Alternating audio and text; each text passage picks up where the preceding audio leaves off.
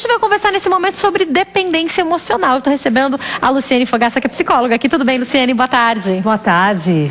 Falar sobre um assunto tão importante, né? Pra gente receber aqui novamente. E eu queria começar te perguntando o que é exatamente a dependência emocional? Bom, Jaque, a dependência emocional, a essência dela é a pessoa achar que o outro é culpado por ela não estar bem. Então ela acha que ela depende, que ela precisa de alguém para estar bem ou para fazer alguma coisa. Qual que é a origem disso? Por que uma pessoa tem essa dependência? Então, quando a gente vai lá para a primeira infância, para o nascimento, o neném sai do útero materno, ele está ali guardadinho e ele nasce. E os adultos cuidam, dão alimento, trocam a roupa, satisfazem as principais necessidades. E com o passar do tempo ele vai se desenvolvendo e essa autonomia vai sendo desenvolvida e ele consegue então fazer essas coisas por si próprio.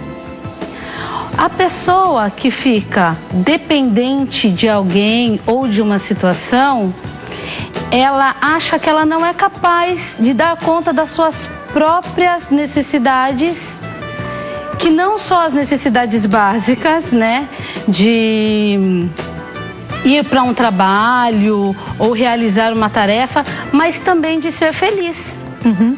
Então, pro dependente emocional, o outro é culpado por ela estar numa situação de se sentir encurralada, não consegue fazer as coisas sem o outro.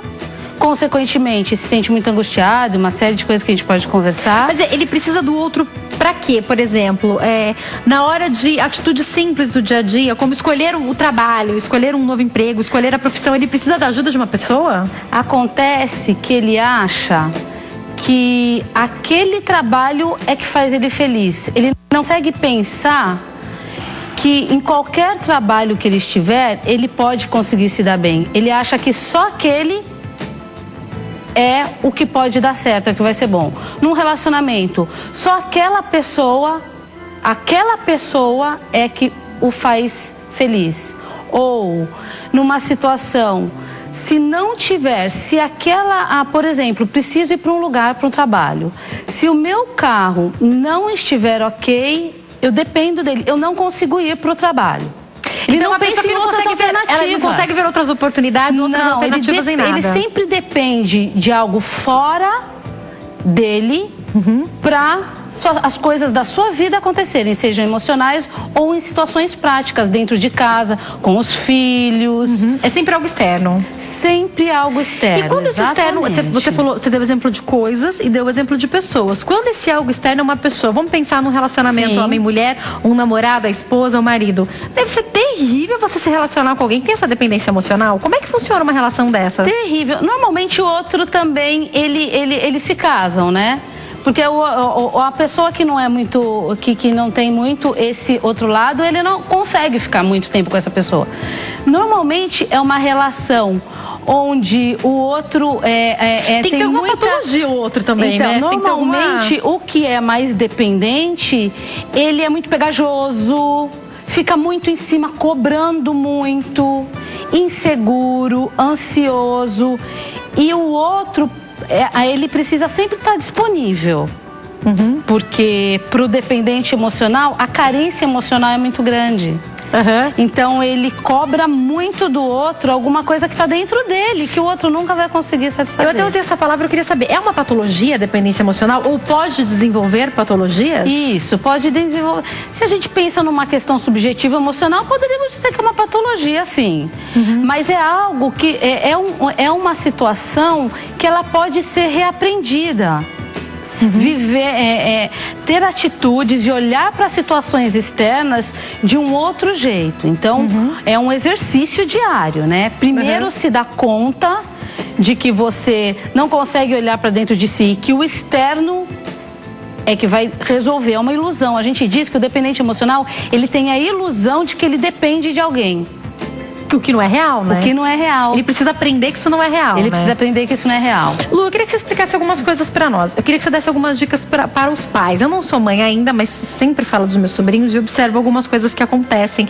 Que, às vezes, eu percebo que a gente... faz com que essa dependência aconteça. Às vezes a criança, outro dia a gente estava com meu sobrinho, eu não sei o que ele foi que ele pediu, acho que era uma batata, todo mundo foi, pegou, entregou, eu falei, gente, coitada dessa criança, tem 5, ele pediu, todo mundo faz, ele olha, todo mundo quer pegar, e tem outras situações também. Qual é a dica para os pais não criarem filhos com dependência emocional? Na verdade, normalmente essas crianças, elas têm um dos pais ou os pais dependentes. Mas tem uma questão... Normalmente, toda... Genética ou não? Não. Totalmente de repetição de um movimento que os pais já têm, que já trouxeram, e eles repetem nos filhos, né? Então, os pais... É totalmente interferido pelo meio, então, essa questão. Isso, os pais precisam, muitas vezes, ou num relacionamento, de que o outro dependa dele. Porque dependendo dele, ele tem uma motivação para fazer as coisas. Mas como é que faz com uma criança, por exemplo? Eu dei esse exemplo, né? Porque tem essa questão da dependência. Às vezes a gente mima demais. Isso pode causar dependência emocional? Sim, porque na verdade você interrompe o processo a capacidade da autoconquista, da busca de autonomia. Então você, na verdade, o que você gera? Uma imaturidade. Então, por exemplo, na hora de querer a batatinha, dá para esperar. Não significa que o pai não vá pegar, porque às vezes a criança está sentada, está ruim para ele se deslocar. Você pode dar a batatinha, mas você pode também incentivar, filho, tá aqui perto, por favor, olha. A partir de quantos anos? Porque eu tô falando dos meus sobrinhos, mas eles ainda são bebês. Sim. A partir de quantos anos os pais já podem deixar a criança começar a criar essa independência? Na verdade, tem uma questão de independência que é um pouco complexa, né? Para uma criança de 2 aninhos que está sentada no cadeirão, atravessar a mesa e pegar a batatinha, não faz tanto sentido. É melhor você pegar e levar. Para uma criança de 6 anos que já consegue sentar, por exemplo, numa cadeira, ok. E aí ela precisa de alguma coisa. Você pode ensinar que ela pode devagarzinho levantar e pegar, por exemplo? Isso você está desenvolvendo. Agora, claro que o uso do bom senso, da situação ali no restaurante e tudo mais, sempre com bom senso, respeitando a idade, a faixa etária. Porque tem crianças que são mais independentes do que outras, né? Tem crianças que são mais independentes. Na verdade, eu acho que tem crianças que têm mais espaço para atuar e para fazer.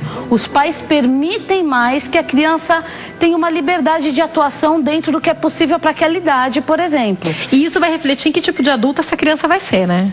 Também sim. Se vai ser refletir. Um adulto com dependência emocional ou não. Isso, também.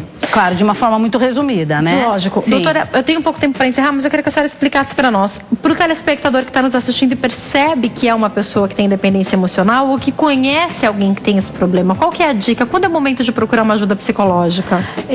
Na verdade, o dependente emocional, ele tem muita dificuldade de olhar para dentro de si.